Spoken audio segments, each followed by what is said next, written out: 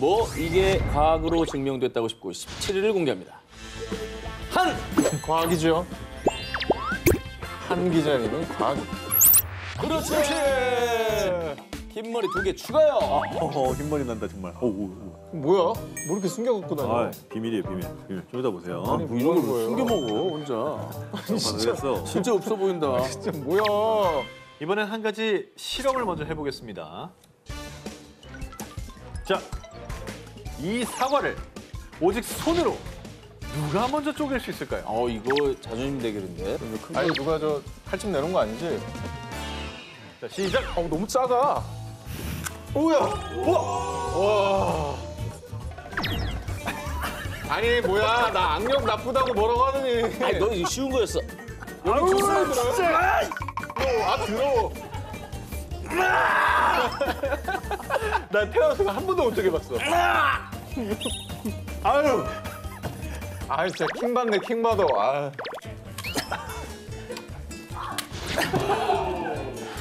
이건 쪼갠 게 아니라 엄지를 넣었어 이 가운데. 그래도 자, 했다. 인정. 저는 일단 결국 못 쪼갰고요. 일단 저희 셋 중에는 오 기자가 제일 빨리 사과를 쪼갰는데 오 기자 그런 거였군요. 제 악력 인정하시겠습니까? 안 좋은 거 같은데? 그런 거였군요, 오 기자. 안 좋은 거 봐. 자, 이 실험을 왜 해봤느냐? 여러분, 이 사과를 잘 쪼개면 이것을 잘한다고 하는데요. 뭘 잘해? 뭐야 불어네. 여러분, 사과를 잘 쪼개면 바로 연애를 잘한다고 합니다. 아이고 역시 셋 중에 연애 제일 잘했거든요. 그렇죠. 사과를 제일 빨리 쪼갠 오 기자가 우리 중엔 연애를 제일 잘한다는 거죠. 자, 이 사과를 잘 쪼갠다는 게 소나기 힘, 그 악력이 좋다는 거지 않습니까? 속설처럼 들리는 이 악력과 연애의 상관관계가 과학적으로 증명됐습니다. 미국 한 대학의 진화론적 심리학자 고던 갤럽 연구팀의 발표에 따르면 140여 명의 대학생을 상대로 악력을 측정한 뒤 분석한 결과 여성의 악력과 연애에선 특정한 상관관계가 나타나지 않았지만요. 남성의 경우 악력이 높은 남성이 첫 성관계 경험이 빠르고 성관계 횟수도 많은 것으로 밝혀졌습니다. 보시는 바와 같이 말이죠. 아니 내가 뭐 범죄를 저지른 것도 아니고. 아니 무슨 범죄라 그래서 내가 내가 언제. 범죄를 저지른 것처럼. 아니 그냥 경험이 빠르고 횟수가 많대요. 네, 저는 김소연 씨가 첫사랑입니다. 그죠? 맞습니다. 보통 악력이 센 사람의 경우 비교적 평소에 몸을 많이 움직이는 생활 습관을 가지고 있다는데요. 많이 움직이다 보니 근력이 세지고 신진대사가 활발해져서 건강 상태가 좋다고 합니다. 그래서 악력이 강한 사람이 남성성의 상징 하체의 힘도 강하다고 하는데요. 실제로 미국 컬럼비아 대학 연구진은 2008년 노르웨이 남성 5천여 명을 대상으로 악력과 결혼 여부의 상관관계를 조사한 결과 여성이 결혼을 할 때 힘과 활력을 가진 파트너를 선호하는 것을 알 수 있었습니다. 악력이 약한 남성일수록 미혼의 비율이 높았다고 합니다. 어머나.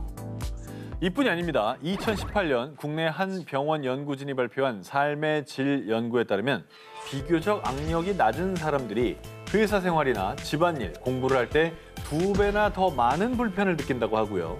그러니까 사과를 가장 잘 쪼갠 오 기자가 연애도 잘하고 사회생활도 잘하고 건강하고 삶의 질이 높다는 게 과학적으로 증명된 겁니다.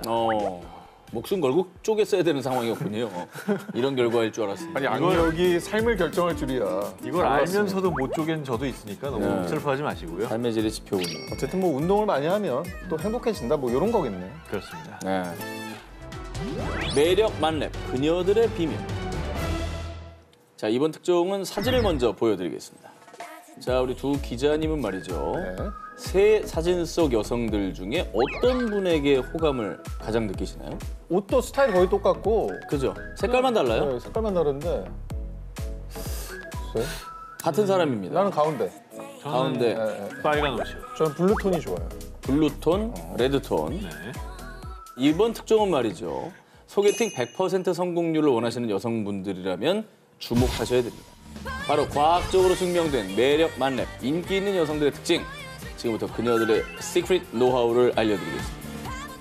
매력적인 여성이 드는 법 첫 번째, 빨간 옷을 입어라. 오.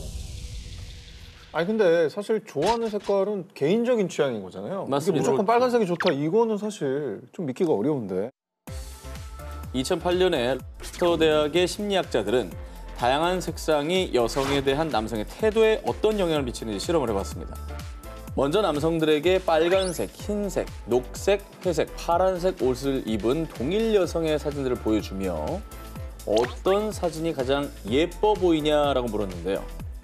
그 결과 대부분 빨간색 옷을 선택.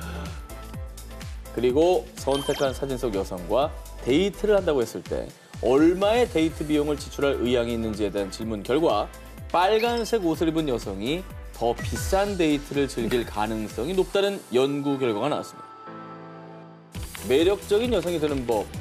두 번째, 고음으로 말하라. 미국의 한 심리학 저널에 따르면 남성은 고음의 목소리를 가진 여성에게 좀 더 매력을 느낀다고 하는데요. 그런데 여기서 재밌는 점은 여성 또한 호감 있는 상대와 대화할 때 저절로 더 높은 목소리를 낸다고 합니다. 아하. 뭔가 밝고 경쾌한 느낌이 상대방에게 호감을 느끼게 한다는 것이죠. 또 지나친 고음은 또 부담스럽긴 한데. 그건 너무 힘들죠. 정말 비호감이죠, 그때는. 마음에 들어요. 마지막 세 번째. 이건 남녀 모두에게 해당되는 얘기입니다. 상대의 행동과 말을 미러링하라. 아, 이거는 무조건이죠. 어머, 스피치 또 전문가시니까. 네네네. 상대방의 몸짓이나 표정, 자세, 또 목소리의 높낮이 또는 어조를 대화에 교묘하게 반영시키는 겁니다. 남녀 사이에서뿐 아니라요, 비즈니스에서도 굉장히 도움이 되는 스킬이라고 합니다. 포즈도 그러면 해당이 되나요? 해당됩니다. 예. 뭐 귀 만지거나 턱 만지거나 어. 턱을 괴거나 아니면 다리 한쪽 꼬거나 너무 떠나면 난 무서울 것 같은데. 아니, 야구- 그게 야구를 이제 것 같아요. 티가 나면 좀 너무 무서운 거고 네. 자연스럽게. 해야 되는 거죠. 2011년 프랑스의 한 연구팀이 129명의 고객을 상대로 연구한 결과 고객의 비언어적, 언어적 행동을 모방하라는 지시를 받은 판매원들이 더 많은 제품을 판매하고 긍정적인 평가까지 받았다고 합니다. 이게 공감해주는 듯한 그런 좀 기분이 드는 것 같아요. 그렇죠. 내 말을 이렇게 경청하고 있다 이런 생각이 들잖아요. 또 나랑 비슷하다고 느낄 수도 있고 네. 그러니까 뭔가 내가 하는 말투나 동작을 상대가 따라하고 있으면 그게 굉장히 친근하게 받아들여지는 거죠. 매력적인 여성이 되는 세 가지 방법, 실험을 통해 증명은 됐지만 어디까지나 이론은 이론일 뿐입니다. 사실 100% 장담은 못하고요. 정말 효과가 있을지는 여러분들의 판단에 맡기겠습니다. 판타지 세계로 가고 싶다면 자 이번 특종은요 두 사람의 대화를 먼저 들려드리겠습니다. 저녁 파티에 온 손님이 갑자기 낙타로 변신했어요. 악어가 채식주의자가 돼서 아이를 잡아먹을 수 없다고 화를 내더라니까요. 자 뭔가 한 편의 판타지 영화나 동화 속 내용처럼 들리시죠? 사실 이 대화 내용은 두 사람이 전날 밤 꾼 꿈에 대한 얘기입니다. 자 뭔가 기묘하면서도 아주 생생한 꿈을 꾼 두 사람. 그런데 놀랍게도 두 사람은 전날 밤 공통적으로 이것을 먹었다고 하는데요. 도대체 뭘 먹은 거예요, 도대체? 현실에서는 경험할 수 없는 판타지 영화 같은 꿈을 꾼 두 사람이 공통적으로 먹은 것은 바로 푸른 곰팡이가 퍼져 있는 달콤 쌉쌀한 맛의 스틸턴 치즈. 이 치즈는 영국에서는 치즈의 왕으로 불림, 크리스마스 무렵이면 꼭 먹는 절기 음식으로 통하는데요. 바로 이 스틸턴 치즈를 먹으면 현실에선 절대 일어날 수 없는 판타지, 꿈의 세계로 갈 수 있습니다. 진짜요? 뭘 먹었다고 정신 세계가 그렇게 간다고요? 아하. 생전 처음 들어보는 얘기인 것 같아요. 진짜 그것도 다른 치즈는 안 되고 딱 이것만? 자기 전에 치즈를 먹으면 악몽을 꾼다라는 건 서양에서는 꽤 유명한 속설인데요. 2005년 영국 치즈위원회에서 이 속설을 확인해 보기 위해 200여 명을 대상으로 치즈를 먹은 뒤에 수면을 취하는 실험을 했습니다. 그 결과 악몽을 꾸진 않았지만 유독 요 스틸턴 치즈를 먹고 잠이 든 남성의 75%, 여성의 85%가 이처럼 특이하고 비현실적인 기묘한 꿈을 꾸었다고 합니다. 비율이 되게 많네요. 65% 이런 것도 아니고. 엄청 높죠. 네. 아직은 이 스틸턴 치즈와 기묘한 꿈의 상관관계가 정확히 밝혀진 것은 아니지만요. 이 시카고 병원의 리사 메달리 박사에 따르면 치즈에 함유된 비타민 B6가 신체의 세로토닌 수치를 증가시켜 기억력을 향상, 더 생생한 꿈을 꾸는 데 도움이 된다라고 밝혔고요. 또 일각에서는 치즈 중에서 요 스틸턴 치즈가 지방 함량이 특히 높고 티라민이 더 많이 함유됐기 때문에 심장 박동수를 증가시켜 몸과 뇌가 편히 쉬질 못해서 유독 기묘한 꿈을 꾸는 것으로 추측하고 있습니다. 누가 내 이름 불렀냥? 강아지와 함께 나만 없어 고양이를 외치게 만들며 반려동물로 큰 사랑을 받는 고양이. 고양이들은 강아지와 다르게 도도하고 자유로운 영혼으로 흔히 사람들을 집사로 부려먹기도 하는데요. 그리고 많은 집사님들의 궁금증이 있죠. 거미, 야 간식 준다고. 잠깐만. 야, 애타게 불러도 무시당하기 일쑤.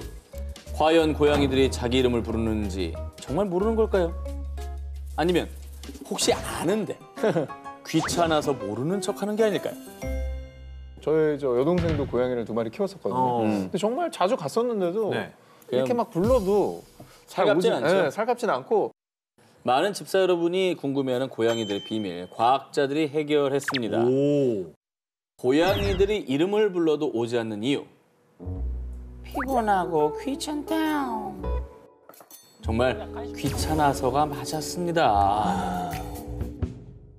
2019년 도쿄대 연구팀은 총 78마리의 고양이를 대상으로 실험을 진행. 먼저 고양이에게 이름과 비슷한 길이의 4단어를 동일한 속도와 발음으로 들려줬습니다. 오호. アルバイト、コカ・コー 맞죠? ラ、バイオリン、 처음에는 소리나는 쪽으로 고개를 돌리며 반응을 하는 듯 했지만 갈수록 고양이들은 흥미를 잃고 반응을 보이지 않았는데요. 하지만 자신의 이름을 부르자 ベビーボーイ、 오! 알고 있었네, 자식들이. 저 알긴 안 하는구나. 야, 그동안 그냥 일부러 무시한 거였어? 고양이는 적극적으로 반응, 낯선 사람이 자신의 이름을 부를 때도 마찬가지의 반응을 보였는데요. 뿐만 아니라 여러 마리가 함께 있을 때도 자신의 이름을 부르면 반응하는 등 가정에서 기르는 고양이의 경우 자기 이름을 다른 단어나 다른 고양이 이름과 구별할 수 있다는 게 과학으로 증명됐습니다. 이번 연구를 진행한 동물 행동학자 아치코 사이토에 따르면 고양이들이 자기 이름에 반응하는 건 이름을 불린 뒤 먹이 주기, 쓰다듬기 같은 좋은 기억과 병원 가기, 목욕하기 등 싫은 기억이 연상되기 때문입니다. 하지만 고양이들은 자신이 원할 때 인간과 소통하기 때문에 여전히 사람을 무시할 수 있다고 밝혔습니다. 그러니까 소통하고 싶을 때만 소통하는 거예요. 자기가 기준인 거군요. 내가 기준이에요. 이 집도 내 집이고. 그러니까. 예. 그동안 좀 의도적으로 약간 무시하는 게 아닐까라는 추측만 있었는데 이게 실험을 통해 확인 사살됐네요. 네. 고양이들이 참 영물이라고 그러잖아요. 갑자기 특이한 행동도 하고 신비한 존재같이 좀 느껴지기도 하는데 고양이 액체설 이런 거 들어보셨어요? 뭐예요? 아무데나 들어가죠. 그러니까 되게 좁은데 그것도 들어가 있어. 병 같은 데만 그냥 병 모양으로 돼 있고. 병이 입구가 좁은데 거길 어떻게 들어가는 그거. 거예요. 그래서 꽉 차면 고양이가 병 모양이 돼 있잖아요. 어떻게 들어가요? 오죽하면 그러니까 액체설이 신기하다니까요. 그래서 신기해요. 액체설이 있죠. 남녀 사이의 우정은 존재할까? 자, 인류 최고의 난제 중 하나죠. 사랑보다 먼 우정보다는 가까운. 자, 과연 여사친과 남사친, 이 남녀 사이의 우정은 존재할 것인지. 사랑이란 단어가 존재하는 한 이거 해결되지 않을 난제인데요. 두 기자님은 어떻게 생각하십니까? 이거 진짜 웃긴 게 좀 어릴 때는 안 존재하는 줄 알았어요. 네. 나이 드니까 존재합니다. 저도 좀 동의하는 편이에요. 저도 존재한다고 생각해요. 그런데 말입니다. 인류의 이 엄청난 난제도 과학적으로 결론이 났습니다. 어허. 캐나다의 명문 국립대 빅토리아 대학의 심리학과 연구팀은 약 1,900명의 커플을 대상으로 대대적인 실험을 진행. 2021년 발표한 사회심리학 및 성격과학 논문 친구에서 연인 사이가 로맨스로 가는 길에 따르면요.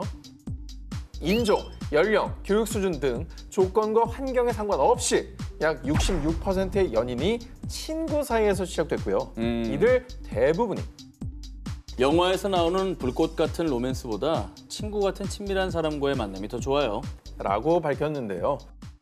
자, 뿐만 아니라 친구에서 연인이 된 대학생 300명을 대상으로 한 추가 연구 결과 처음에는 사귈 목적이 전혀 없이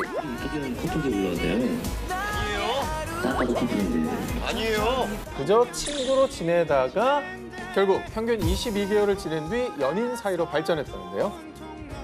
그리고 연구진들은 연구를 통해 친구에서 부부가 된 실험 참가자 대부분이 야, 집에 빨리 들어가고 도착하면 전화해. 근데 너 지금 누구랑 있냐?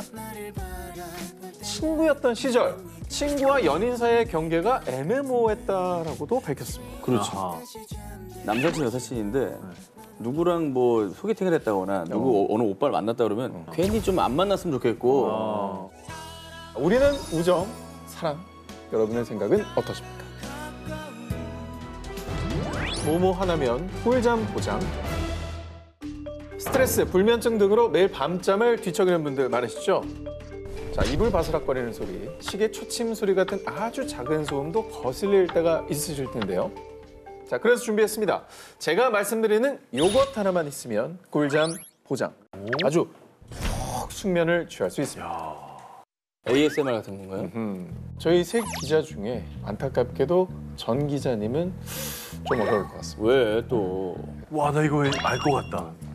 뭐예요? 뭐 사랑하는 사람의 코 고는 소리 이런 거 아닙니까? 그거는 그냥 잠을 깨우죠. 정 기자님은 지금은 불가능한 이 숙면을 취할 수 있는 특별한 아이템. 그건 바로 애인이 착용했던 티셔츠입니다. 그걸 입으면 잠이 잘 온다고? 진짜? 그래서 정 기자는 모른다는 그래서 거구나. 현재 솔로기 때문에 안 됩니다. 2020년 캐나다 브리티시 컬럼비아 대학교 심리학과 연구팀이 관련된 실험을 진행했습니다. 155명의 연구 대상자들은 모두 첫째 날에는 아무도 착용한 적이 없는 새 티셔츠를 착용. 둘째 날에는 각자의 애인이 24시간 착용했던 티셔츠를 착용한 채 잠이 들었습니다. 실험을 한 결과 왠지 둘째 날에 잠을 더 푹 잤던 것 같아요.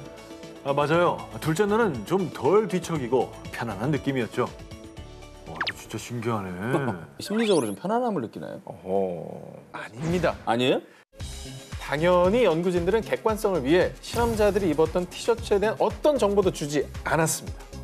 실험자들은 이게 새 티셔츠인지 애인이 입었던 티셔츠인지 그 차이를 몰랐음에도 수면의 질에 뚜렷한 차이를 느꼈다는 겁니다. 그뿐만 아니라요. 이 수면 시계를 이용한 객관적인 수면 데이터 분석 결과 또한 애인이 착용했던 티셔츠를 입고 잤을 때 실제로 수면의 질이 개선된 것으로 나타났는데요. 이에 대해 해당 연구를 진행한 프란시스 첸 부교수는요. 오랜 시간 교제한 연인의 신체적 존재감이 안정감, 평온함, 신체 이완 등의 긍정적인 효과를 준 겁니다. 애인의 티셔츠를 입으면 잘 잔다라는 게 과학적 근거가 있다고 전했습니다. 진짜 신기하다. 신기하죠? 나 가을 타나 봐. 어느덧 찬바람이 옷깃을 스치고 낙엽도 하나둘 뚝뚝 떨어져서 일까요? 이맘때쯤이면 사람들이 유독 많이 하는 얘기가 있죠. 아, 가을바람이 내 마음까지 시리게 하네. 나 가을 타나 봐. 사실 뭐 가을만 되면은 특별한 이유 없이 외롭고 쓸쓸하다는 분들도 많이 계시는데 괜스레 또 마음도 싱숭생숭하고 이런 얘기가 더 많이 들리니까 나까지 그런가 싶기도 해요, 진짜. 근데 이거는 진짜 심리적인 거 아닌가요? 이게 과학적으로 증명이 됐다고요? 그렇습니다. 사람들이 가을을 타는 것도 다 과학적인 이유가 있었습니다. 흔히 가을 탄다고 표현되는 이 현상은 1년 중 특정한 시기에만 나타나는 계절성 우울증입니다. 근데 왜 하필 가을에 계절성 우울증이 더 많이 나타나느냐? 먼저 첫 번째, 행복감과 안정감을 느끼게 하는 호르몬 세로토닌은 햇빛을 받아 생성이 되는데요. 근데 가을이 되면 이제 낮은 짧아지고 밤은 길어져서 일조량이 줄어드니 세로토닌의 분비가 자연스레 감소, 사람들이 무기력함과 우울함을 느끼게 되는 것이죠. 두 번째, 세로토닌은 해가 지면 수면 주기와 생체 리듬을 조절해주는 멜라토닌으로 바뀌며 수면에 도움을 주는데요. 하지만 일조량이 줄어들면서 세로토닌 생성이 줄어드니 이 멜라토닌의 분비 또한 줄어들어서요. 수면 패턴이 무너져 무기력한 상태가 된다는 겁니다. 즉 날씨가 쌀쌀해지면서 우울감을 호소하는 현상, 일명 가을 탄다라는 말은 단순히 기분이나 느낌에 의한 것이 아니라 체내 호르몬 변화에 의한 과학적 근거가 있는 사실이었던 셈이죠. 이게 괜히 기분 탓은 아니었군요. 아까 얘기한 일조량 이런 거 관계 있으니까 좀 가을 안 타려면 열심히 햇빛을 좀 쬐야겠네요. 맞습니다. 우울증 진짜 위험한데 주변 사람들한테 이건 좀 알려줘야겠습니다. 이 방법을 좀 추천해야겠네. 집에만 있지 말고 나와서 햇볕도 쐬고 기분 전환도 해봐. 이런 따뜻한 말 한마디 건네보는 건 어떨까요? 모모를 입으면 호감도가 상승한다? 이번엔 우리 기자님들도 직접 참여할 수 있는 실험 준비했습니다. 사진 속 2명의 선수 중 더 호감 가는 선수를 고르면 됩니다. 왼쪽. 무조건 왼쪽 아닙니까? 좋아요. 다음 사진입니다. 나 노란색. 저는 우측. 자, 3번째입니다. 저는 왼쪽이에요. 저도 왼쪽. 이 밝은 색이 좋네요. 난 흰색이 좋아. 여기서 두 분 다 왼쪽을 선택하셨네요. 흰색이 좋아. 실제 코넬대학교 심리학 부교수 길로비치와 프랭크가 1988년 옷 색깔이 사람의 행동에 미치는 영향을 확인하기 위해 진행한 실험에 따르면 실제 실험 참가자들이 놀랍게도 흰색 유니폼을 입은 선수들보다 검은색 유니폼을 입은 선수들이 상대적으로 더 악랄해 보인다고 평가했습니다. 악랄해 보인다고요? 네, 나는 무조건 흰색을 골랐는데 지금 보니까 그렇죠. 완전 영향이 있나 봐. 흰 옷을 입으면 호감도가 상승한다. 앞서 실험 결과에서도 유추할 수 있듯이 이게 과학적으로 증명된 팩트라고 합니다. 근데 하필 왜 흰 옷이 호감과 관련이 있다는 거죠? 어허. 2004년 미국 노스다코다 주립대학교의 브라이언 마이어 교수의 논문에 따르면 흰색 옷을 입은 사람의 호감도가 상승하는 이유, 바로 빛의 명암이 가지는 기본적인 인상 때문입니다. 이 빛이나 밝음에 대한 이미지는 주로 긍정적인 경우가 많은데 일례로 성경에서 예수는 세상의 빛이라고 표현한다든지 불교나 힌두교나 이슬람에서도 빛은 진리, 진실 등과 동일시되고요. 반대로 어둠은 죽음을 의미합니다. 또한 헬레니즘, 로마, 기독교 전통에서 일반적으로 흰색은 기쁨이나 순결 등을 의미하죠. 그만큼 사람들이 흰색에서 긍정적인 이미지를 느낀다는 게 증명된 겁니다. 과학적으로 입증됐으니까 이제부터 면접 같은 중요한 날은 무조건 흰 옷을 입어보시는 건 어떨까요? 밥배 따로, 디저트 배 따로. 밥 잘 먹었다. 자기야, 나 배가 터질 것 같아. 우리 이제 디저트는 뭐 먹을까? 뭐? 배가 터질 것 같다며? 아니, 그건 밥 배고 디저트 배는 따로 있는 건 몰라? 지금까지 그렇게 먹고 또 들어가! 라고 핀잔을 받았던 분들은 이제 당당해지셔도 됩니다. 디저트 배 따로 파의 억울함을 대변해주는 과학적 근거가 있기 때문입니다. 이게 위는 하나인데 디저트 배가 따로 있다, 빵 배가 따로 있다, 이거 그렇죠. 뭐 위장의 용량은 정해져 있는 거 아닙니까? 그럼요. 신비하고도 미스터리한 디저트 배의 진실 궁금하시죠? 그래서 제가 내과 전문의에게 직접 물어봤습니다. 자, 밥배 따로, 디저트 배 따로라는 말 정말 사실입니까? 네, 사실입니다. 엄밀히 따지면 밥배, 디저트 배가 따로 나뉘어져 있지는 않지만 위의 용적은 비교적 자유롭게 수축과 이완을 하는 특징이 있어서 아무리 많이 먹어도 더 먹어야겠다는 의지가 있으면 다시 용적을 키워서 공간을 확보합니다. 그렇기 때문에 아무리 밥배가 불러도 디저트 배가 남아있을 수가 있는 것입니다. 야, 진짜 의지의 문제였구나. 김준현 씨가 자주 하는 얘기 중에 맛있는 음식 앞에 배부름이란 없다라는 명언을 남겼어요. 이게 바로 과학적으로 증명이 된 말이었던 겁니다. 위는 비교적 자유롭게 수축과 이완을 하는 특징이 있는데요. 평소에는 주먹 2개의 크기지만은 많게는 5리터까지도 늘어난다고 합니다. 게다가 위는 뇌 작용에 따라 반응하기 때문에 더 이상 음식이 들어갈 자리가 없을 정도로 말 그대로 식도까지 차도록 음식을 먹어도 디저트를 먹겠다라고 생각하면 위가 서서히 음식을 내리면서 디저트를 먹을 수 있는 공간을 확보하는 것이죠. 그리고 또 한 가지, 따로 있는 건 디저트 배뿐이 아니었습니다. 정말 배 터지게 먹고도 570 맥주를 몇 잔씩 원샷하는 분들 있어요, 없어요? 있죠. 과연 있죠. 술배도 따로 있을까요? 야, 따로 있다라고 하면 술 더 먹일 것 같기도 하고. 야, 이거는 술 못 먹는 사람한테는 이 결과는 약간 위험한데? 위험하죠. 되는 겁니까, 이거? 자, 원장님. 그러면 술배도 따로 있는 게 맞습니까? 맞습니다. 술이 음식이나 물보다 더 빨리 소화되고 흡수되면서 생긴 말 같은데요. 위장은 하나지만 밥이 소화되어서 십이지장으로 내려가는 속도와 술이 내려가는 속도가 구분되면서 밥은 상부 위장에 남아서 조금씩 아래쪽으로 배출되는 반면 술은 하부 위장으로 비교적 빠르게 내려가기 때문에 밥길과 술길이 어느 정도 구분이 된다고 볼 수가 있겠습니다. 재밌는 것은 알코올은 물보다 위에서 50% 정도 이상이 빠르게 흡수되기 때문에 물보다 더 많이 먹을 수 있는 것입니다. 진짜 술배는 따로 있었네. 있었어요. 구분이 돼 있네. 흡수가 되니까. 물을 뭐 500cc를 먹어라? 이건 못 먹죠. 그렇죠. 근데 맥주 500을 먹어라? 먹죠. 그럴 수도 있죠. 밥배와 디저트배 그리고 술배가 아무리 따로라고 해도 과식은 건강에 좋지 않으니 유의하시기 바랍니다. 꿀피부 보장 모모 법칙. 피부가 좋아야 진짜 미인이다라는 말이 있듯이 좋은 피부는 미인의 중요한 조건으로 꼽힙니다. 그래서 이번엔 저 현무뿌띠 현뿌 전 기자가 두 기자님을 위해서 뷰티 솔루션을 드리겠습니다.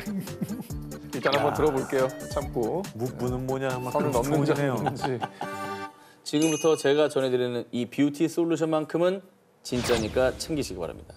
누구나 부러워할 촉촉한 꿀 피부의 비법, 이것만 기억하시면 됩니다. 바로 세븐업 법칙. 세븐업 법칙이 뭐예요? 이거 약간 음료수 이름 아닌가? 뭐 7가지, 뭐 7, 뭐 이런 게 들어갈 것 같은데. 그렇습니다. 말 그대로 세븐업. 7시간 이상 잘 자고 푹 자고 오래 자기. 이른바 꿀잠 자기입니다. 어허. 이 법칙은 말이죠. 피부 연구 분야에서 세계 최고 수준으로 꼽히는 미국 유니버시티 허스피털 케이스 메디컬 센터가 연구했고요. 연구진이 30세에서 49세 사이의 여성 60명을 대상으로 절반은 하루 5시간 이하로 수면, 절반은 하루 7시간 이상의 수면, 수면 부족 집단과 숙면 집단으로 나눠서 연구를 진행했습니다. 한 달 뒤 확인한 결과 숙면을 취한 사람들보다 수면이 부족한 사람들이 잔주름, 색소 침착, 피부 처짐 등 피부 노화 측정 지수가 무려 2배나 높았습니다. 이거는 생각해야 되겠는데. 그렇죠. 그리고 피부에 자외선 등 자극이 발생했을 때도 수면 부족 집단은 더디게 회복을 했고요. 수분 손실이 30%나 많은 등 피부 회복 능력에도 큰 차이를 보였다고 합니다. 잠을 자는 동안에 피부에 쌓인 불순물이 제거가 되는데요. 잠이 부족하면 피부 개선과 순환에 문제가 생길 수밖에 없는 것이죠. 그러니까 미는 잠꾸러기 이 말이 괜히 나온 게 아니었습니다. 그 늘 이제 우리 아내분 김소영 씨가 잠 많이 잔다고 매주 대기실에서 얘기를 하거든요. 그렇게 뭐라는 건 아니에요. 사이클이 안 맞다는 거지. 저는 한 6시, 소영 씨는 이제 9시. 이렇게 이제 3시간 차이. 제가 진짜 타박한 적은 없습니다. 9시 이후에 일어나기 때문에 미인인 겁니다. 그러니까 수면을 재생해야 취하면 되는데. 미인이다. 그래요. 이 얘기를 이렇게 저를 비판하는데 활용하시다니 예, 대단하시죠. 아주 좋은 근거였습니다. 성인 기준 하루 적정 수면 시간은 7시간에서 8시간 정도라고 합니다. 꿀 피부를 위한 세븐업 법칙 꼭 기억하시기 바랍니다. 그럼 잘 자요. 손가락이 몸의 상징. 자, 기자님들 이렇게 좀 손 좀 올려봐 주시겠습니까? 자, 손금 좀 봐주십니까? 자, 정확하게 지금 정지화면 저희가 좀 포착을 하겠습니다. 네네, 정지하면 하세요. 예. 자, 약간 한 기자님은 검지가 조금 올라와 있는 것 같기도 하고 정 기자님이 제일 약지가 좀 상대적으로 길고 저는 뭐 약간 중간 정도인 것 같습니다. 뭔가 안 좋은 것도 얘기하려고 그러나? 이거 왠지 중간이 좋을 것 같은데. 이 약재 길이가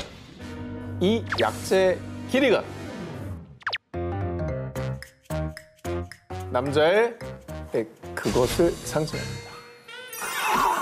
뭐를 상징? 오늘 얘기들이 다 이러는 거예요. 뭘 상징하는데? 네, 그거가 뭐야? 급소. 명체? 명체가 명치미나? 요 이 두 번째 손가락 이 검지보다 네 번째 손가락 약지가 길수록 음경의 길이가 더 긴 겁니다. 아, 그래요? 자, 그러니까 검지와 약지가 비슷한 한 기자님은 한 기자님은 좀 예, 악력도 부족하시고. 야, 오늘 여러 가지로 안 좋네. 제가 비뇨기과 원장님께 직접 여쭤봤습니다. 약지와 금지, 길이의 비와 음경 길이에 대한 국내 연구 결과가 있었고 그 공식에 대입을 해가지고 측정해 본 결과 너무 정확했습니다. 아니 야, 근데 이게 공식이 있다고? 자, 기자님들 이제 뭐 인증이 됐으니까 이제 아니, 이거- 받아들이시는 거죠? 아니 난 진작에 받아들이고 있었지요. 아니, 저는 예. 자기한테 유리하게 아니, 그게 나왔다고. 아니라 그만 올려. 더 올라왔어. 박사님 아닙니까? 아니, 내가 보니까 박사님 아니냐? 아니, 자꾸 기울어지고 아니, 있어. 중지보다 긴데 이거? 중지보다 길어. 아 이거 어떻게 된 겁니까 이거? 아, 저 점점 길어지고 아, 있어요. 뭐야, 왜 꼬부려요? 점점 길어지고 검지를. 있어. 검지를 아, 접지 뭐 마. 하시는 겁니까 지금? 아니, 검지 접지 마. 검지표. 약지 확실히 긴 것 같아. 둘 다 지금 뭐 난리가 났는데 자, 2011년 국내 한 대학 병원에서 남성 144명을 대상으로 손가락 길이와 음경 길이를 비교 측정해 팩트 체크를 완료했습니다. 자, 음경 길이에 대한 공식까지 만들어 제시했습니다. 자, 이 숫자와 요 길이 대응해 가지고 요 플러스를 해주면 실제 길이가 나오는 거예요. 저도 한번 집에서 실측을 해보겠습니다. 마이너스 9.2019 곱하기. 아니, 근데 대체 왜 손가락 길이하고 음경 길이가 관계가 있는 거예요? 아직 왜 화가 난 불만이 거죠? 있으신 것 같은데요? 왜 화가 난 겁니까? 화가 많이 났는데요? 아니야, 화라니. 아유, 과학적인데. 검지가 진짜 길었거든요.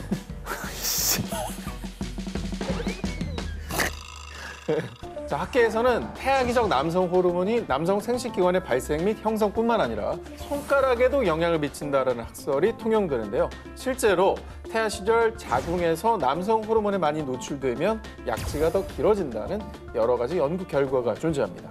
그러니까 과학적으로도 이 남성성이 이 약지의 길이로 증명이 되는 겁니다. 저 궁금한 게 있습니다.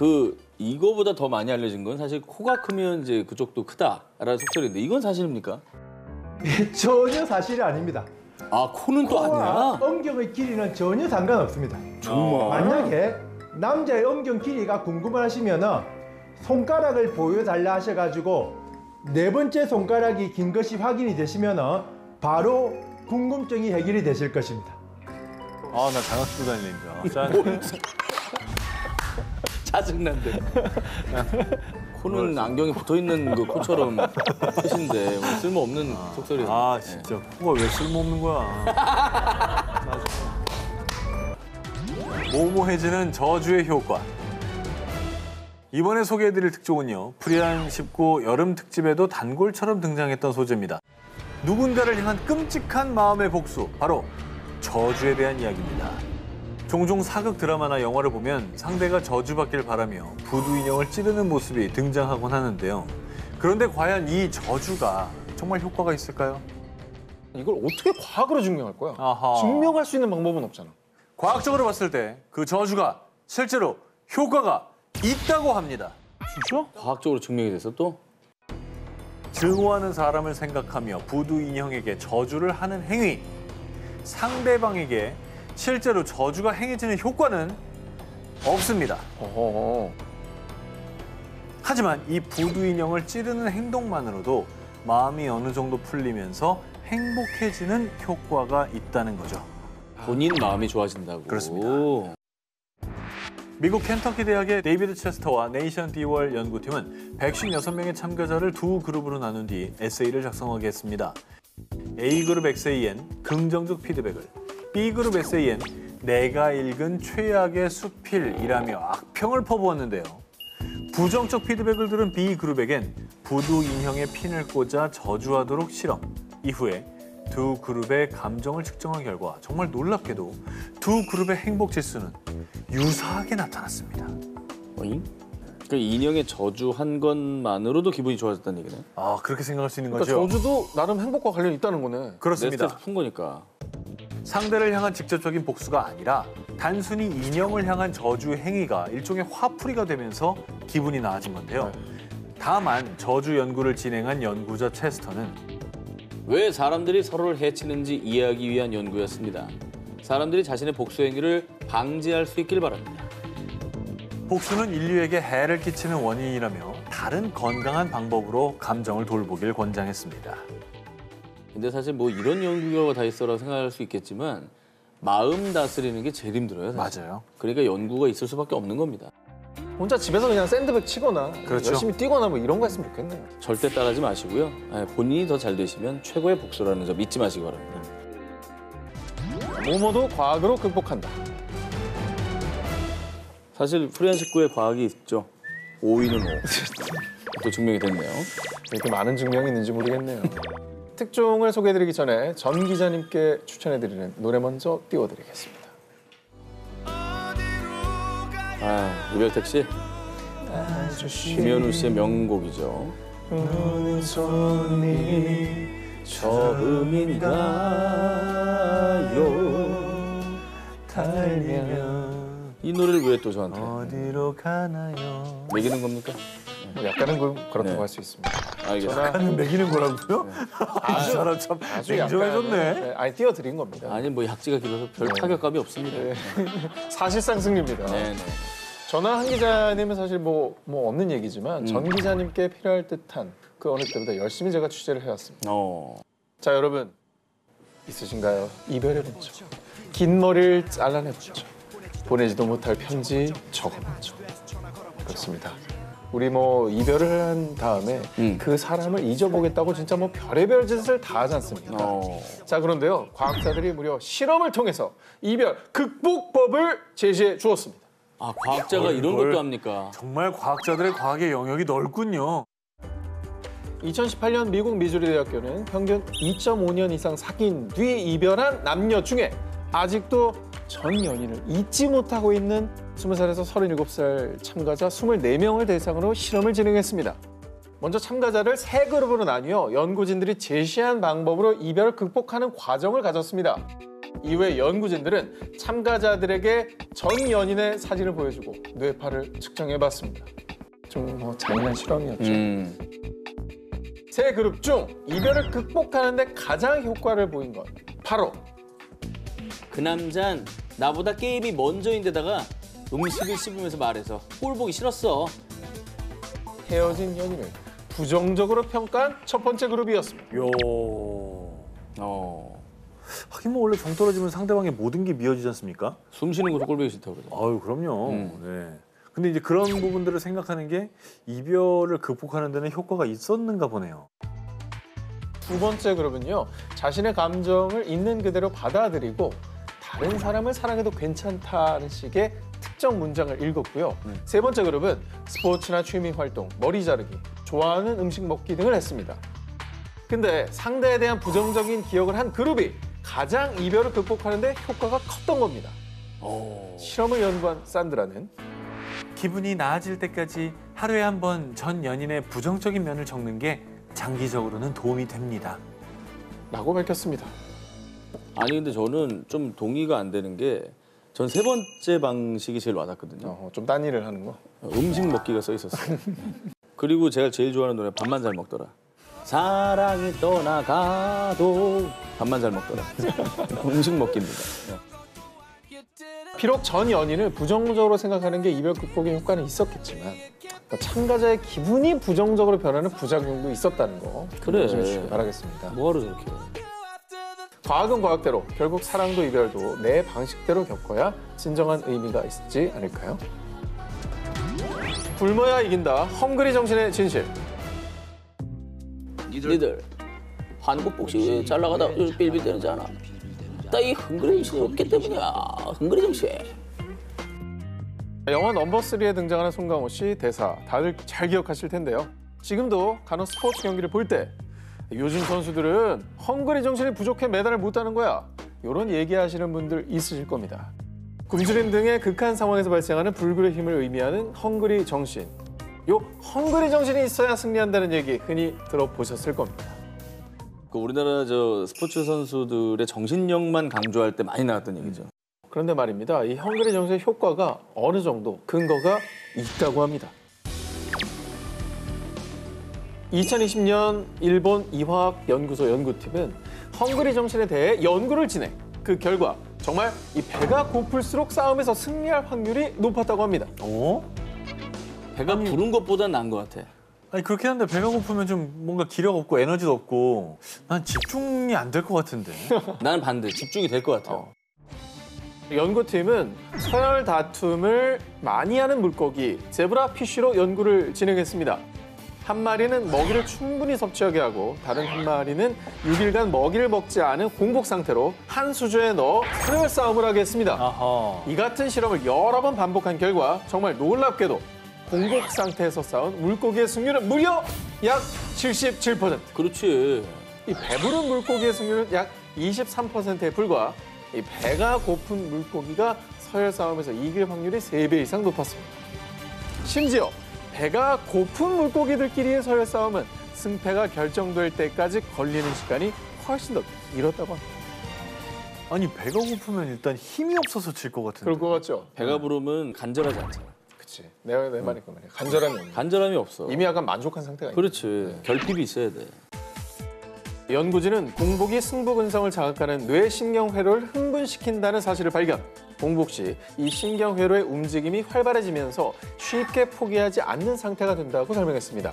또 식욕을 관장하는 신경 전달 물질인 오렉신도 의식을 깨우거나 집중력을 높여 신경의 흥분 상태가 오래 지속된다고 하는데요. 이 끈기를 제어하는 뇌 내 신경회로가 굶주림이라는 조건에 따라 변화하는 사실을 밝혀냅니다. 극한 상태에 있어야지 좀 끈질긴 어떤 그런 힘? 그런 게 생기는 건가요? 그렇습니다. 이 연구는 2020년 6월 온라인 과학 잡지 리포트에 게재됐는데요. 하지만 이 실험은 어디까지나 극한 상태에서 싸움을 포기하지 않는 헝그리 정신에 대한 이 메커니즘을 밝힌 것일 뿐이고요. 타인에게 무작정 헝그리 정신만을 강요하면 안 될 겁니다. 거짓말을 잘하려면 모모를 참아라. 이번에 제가 특별히 전 기자를 위해 준비한 특종입니다. 오늘 전 기자는 특집이네. 네, 가끔씩 저 녹화 날 지각하실 때 어디냐? 그러면 상암동 들어왔습니다. 주차장 들어왔습니다. 63빌딩 보여요. 뭐 이런 말들을 많이 하시지 않습니까? 매니저가 제일 좋아하는 빌딩이 63빌딩이죠. 그러니까요. 63빌딩 보입니다. 근데 그렇게 티나는 거짓말을 많이 하시는데 아하. 그럴 때 이것만 잘 참으면 아무도 눈치 못 채게 깜쪽같이 거짓말을 할 수 있다고 합니다.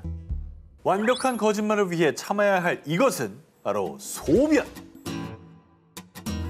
뭔 소리야? 무슨 소리입니까? 자, 소변을 참으면 거짓말을 더 잘한다는요. 분명히 과학적으로 증명된 사실입니다. 왜 실험을 한 거야? 2015년 미국 캘리포니아 주립대학의 연구진이 실험을 통해 밝혀냈습니다. 연구진은 22명의 학생을 두 그룹으로 나눠서 A그룹에게는 50ml 적은 양의 물만 마시겠고 B그룹에게는 700ml의 많은 물을 마시게 한 뒤에요. 45분 후에 평가단 그룹을 불러서 이 두 그룹이 하는 말이 진실인지 혹은 거짓인지 알아맞히도록 했습니다.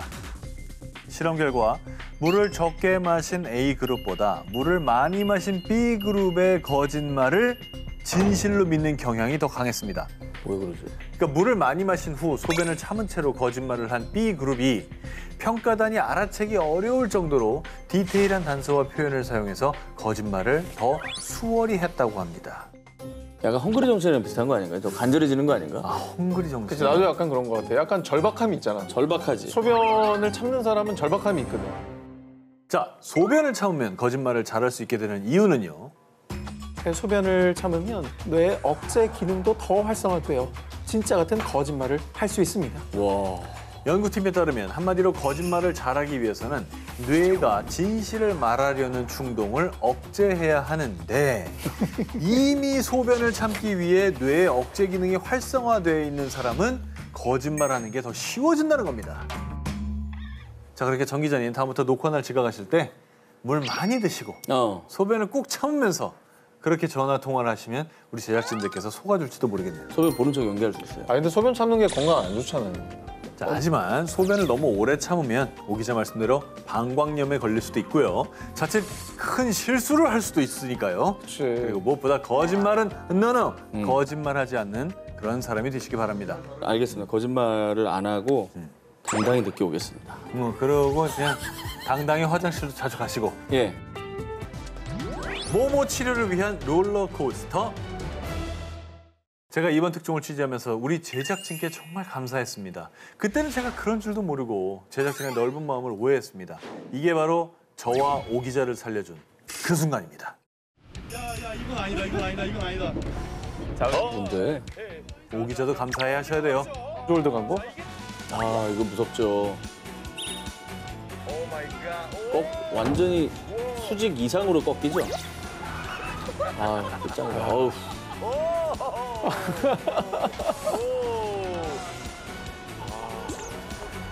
야, 그날의 공포가 나 저 때 생각만 해도 진짜 와. 야, 근데 살려주긴 뭘 살려줍니까? 저 진짜 죽을 뻔봤거든요, 진짜. 알고 보니 우리 제작진이 우리 건강을 생각해서 준비했던 거였습니다, 이게. 무슨 소리예요? 심장과 뇌 안 좋았습니다, 저는.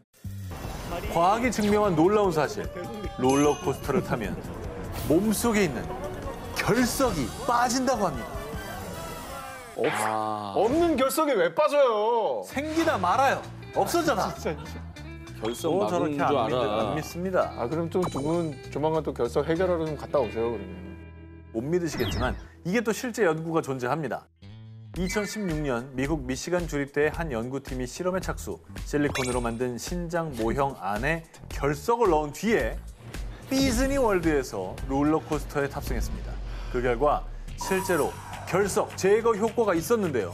재밌는 건 롤러코스터 앞부분에 앉으면 결석 제거율이 약 17%, 뒷부분에 앉으면 결석 제거율이 약 64%. 앞자리보다 움직임이 강도가 큰 뒷자리에 앉았을 때 결석이 빠지는 효과가 더 증폭했습니다. 이에 연구를 진행한 워팅거 교수는요. 신장 결석이 있는 분이라면 롤러코스터를 타보십시오. 의료적 치료보다 확실히 비용이 덜 듭니다. 라는 의견을 냈고요. 이 연구는 노벨상을 패러디해서 독특하고 기발한 연구를 선정하는 제28회 이그 노벨상 의학상을 수상했습니다. 과학자들 좀 심심해요. 왜들 그래요? 아니 결석을 치료하는데 왜 그렇게 얘기를 해요? 근데 아니 그러니까 뭐 안 타느니 타는 게 낫지. 혹시라도 빠지면. 아, 그럼. 그런 분들을 위해서 꿀팁 드리겠습니다. 이 꿀팁 역시 미국 미시건 주립대의 연구 결과입니다. 여러 롤러코스터 중에서도 신장 결석 제거에 더 효과적인 롤러코스터가 있습니다. 디즈니 월드에서는 스페이스 마운틴과 로켓 롤러코스터는 속도가 너무 빨라서 중력으로 인해서 오히려 결석이 신장에 고정돼서 결석 제거율이 낮았고요. 빅 썬더 마운틴은 좌우의 움직임이 더 많아져서 결석이 더 효과적으로 제거될 수 있었다고 합니다. 롤러코스터의 신비한 효능, 다만 심약자, 노약자, 오상진 기자는 위험할 수 있으니 탑승을 자제하시길 바랍니다. 현재 정 기자님이 42점, 한 기자님이 62점으로 뭐 저가 역전은 불가능하지만 공동 1등까지 제가 가능한 수치입니다. 그렇죠. 뭐 이게 과학으로 증명됐다고 싶고 18위와 1위 헤드라인부터 보겠습니다.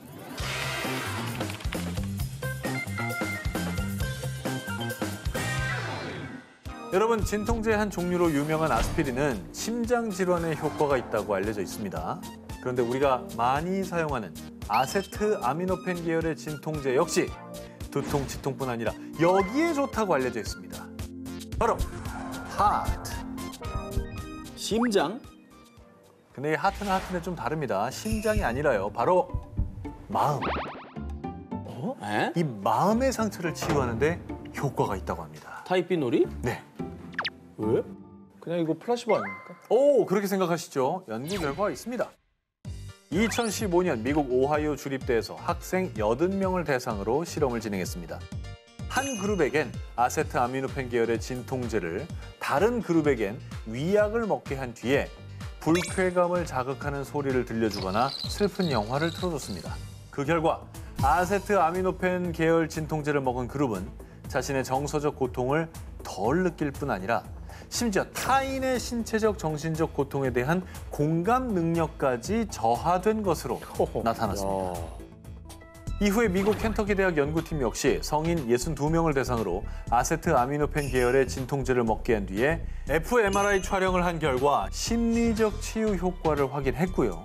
캐나다 브리티시 컬럼비아대 연구팀 또한 아세트 아미노펜 계열 진통제의 심리적 치유 효과를 확인하는 등 여러 과학자들이 진통제의 뜻밖의 효능을 확인했습니다. 그리고 실제로 남자친구랑 헤어졌는데 진통제를 먹고 우울한 기분이 좀 나아졌어요. 회사 동료한테 배신당하고 상처받았는데요. 진통제를 먹으니 한결 낫더군요. 헐. 이런 실험 참가자들의 증언도 뒷받침됐는데요. 어떤 과정으로 그러니까 통증이 좀 치료되는지 궁금하네요.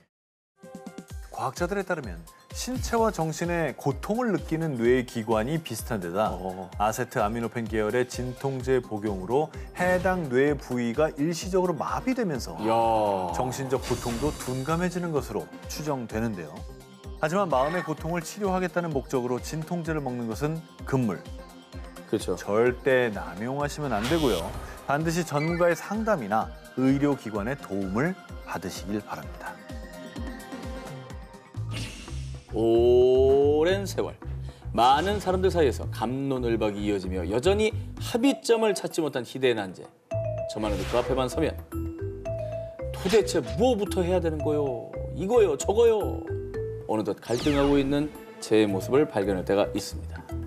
야, 이게 뭐죠? 뭐부터 해야 되는 거예요, 이거? 뭐지? 뭐요, 이거? 어떻게 해야 되는 거예요? 뭐부터? 탱글탱글. 맛있는 라면을 영접하기 위한 선택의 순간 면이 먼저냐 스프가 먼저냐 이것이 문제입니다. 바로 라면 레시피 논쟁에 대한 특종을 준비했습니다. 면하고 스프 뭐부터 넣으십니까? 저는 스프요. 잘못됐습니다. 면을 먼저 넣어야죠. 왜죠? 스프를 넣으면 끓는 점이 100도가 아니에요. 그래서 그 상태에서 라면을 끓이면 라면이 100도가 아닌 95도에서 끓게 되는 거죠. 면이 맛이 없어요. 100도에서 끓여야지. 스프를 먼저 넣으면 말씀하신 대로 끓는 점이 내려가니까 내가 맛있는 라면을 빨리 먹을 수 있잖아. 라면 레시피에 대한 정말 오래된 설전 제가 오늘 과학적으로 깔끔하게 해결해 드리겠습니다. 먼저 맛있는 라면이라 함은 개인의 입맛에 따라서 차이가 있겠지만 보통은 국물이 너무 짜거나 싱겁지 않은 얼큰한 국물에 스프의 짭짤함이 적당히 밴 탱탱한 면발일 겁니다. 특히 탱탱한 면발을 만들기 위해서는 끓는 물의 온도, 조리 시간이 관건이죠. 과연 과학은 면과 스프 누구의 편을 들어줬을까요? 과학적으로 증명된 라면 레시피의 정석, 바로 면이 아닌 스프부터 넣는 것이었습니다. 예스! 말도 안 돼. 순수한 물은 외부 압력이 1기압일 때 100도에서 끓기 시작하지만 같은 기압일 때 물에 다른 물질이 녹아있다면 끓는 점이 상승합니다. 즉, 물에 스프가 녹아있으면 더 높은 온도에서 끓고요. 그때 면을 넣어야 빠른 시간에 익으면서 탱글탱글한 면발이 유지된다고 합니다. 진짜? 그러니까 이거는 이제 끓는 점에 민감했을 때 얘기인데 사람마다 입맛이 다 다르잖아요. 어허. 이렇게 끓였을 때 내가 제일 맛있고 하면 그걸대로 먹는 거지. 참 답답합니다. 후루룩 짭짭 후루룩 짭짭 맛 좋은 라면. 과학적이진 않더라도요. 사실 내 입에 맛있으면 그만이죠. 라면을 맛있게 먹는 여러분들만의 레시피는 무엇인가요? 슈퍼리치 건강 비결은 가짜? 자, 여러분 속보입니다. 상위 1% 슈퍼리치들의 건강 비결을 공개하겠습니다. 근데 가짜로 밝혀졌다고 합니다. 비거니즘 혹시 들어보셨는지요? 비거니즘 뭡니까? 여기서 말하는 비건은요, 고기나 생선, 우유, 달걀 등 동물성 식품을 일체 먹지 않는 사람들, 즉 완전 채식주의자들을 비건이라고 부릅니다. 네. 그런데 건강과 식성 둘 다 포기하기 어려운 슈퍼리치들이 꽂힌 것인데 바로 가짜 고기라는 사실이죠. 보통은 가짜 고기라 불리는 인공고기는요, 도축을 하지 않고 소의 줄기세포를 채취해서 배양하는 방법이 대표적인 방법인데요. 참고로 공동 창업자 세르게이 브린도도 영국의 배양육 업체에 수백억 원을 투자한 바 있습니다. 일반 고기보다 색상은 옅고 맛은 담백한 게 특징인데요. 과연 그 가격이 얼마인지 공개하겠습니다. 지금은 패티장당 11달러, 12,000원가량입니다. 패스트푸드 파파파파. 그 M사 햄버거 가격의 2배가량 정도라고 밝혀지고 있습니다. 빌 게이츠도 인공고기 회사 B 업체에 투자를 했는데요. 이 인공고기는 완두콩, 시금치, 브로콜리 등을 넣어서 만들었고요. B사의 홈페이지에 인공 소고기 패티부터 치킨살 등을 이용한 레시피까지 친절히 소개가 되어 있습니다. 정보가 굉장히 좀 취재가 있네요. 근거가 있고 지금 뭐 역대 나온 것 중에 제일 따라하기 쉬운 겁니다. 전현무 기자의 어떤 취재의 깊이가 어느 정도인지 네네. 한번 검증을 한번 들어보도록 좋습니다. 하겠습니다. 네. 저 노트북을 좀 가져오도록 할게요. 노트?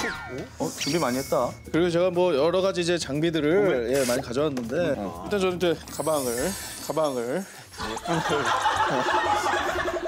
아니 왜 갑자기 인정하세요? 제 겁니다. 아 그래요? 네, 제가 먹요 요즘 트렌디한 상품입니다. 남자들이 너나 할 것 없이 메고 있는 상품이 되겠습니다.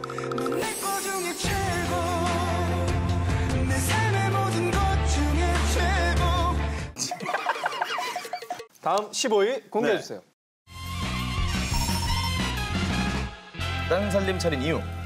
자, 여러분 알파고로 패기를 보여준 미국의 G사. 그 G사의 다음 야심을 제가 파헤쳐봤습니다. G사 벤처스는 2013년 9월 미국의 다국적 제약사 A사와 함께 노화 방지 연구 전문인 수명 연구소 켈리 땡을 설립했죠. 자, 무려 한화로 약 8,300억 원이나 이 분야에 쏟아부었다는데요. 예를 들면 팔에 차는 밴드로 암을 진단하거나 혈당 수치를 자동 측정하는 스마트 콘택트 렌즈 등을 연구 개발한다고 합니다.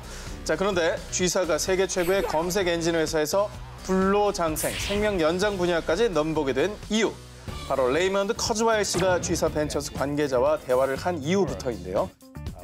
레이먼드 커즈와일 씨는 50년 이상 인공지능에 대해 연구한 미래학자이자 빌 게이츠는 내가 아는 한 인공지능의 미래를 예언하는 최고의 사람이라고 표현할 정도로 살아있는 레전드로 꼽힙니다.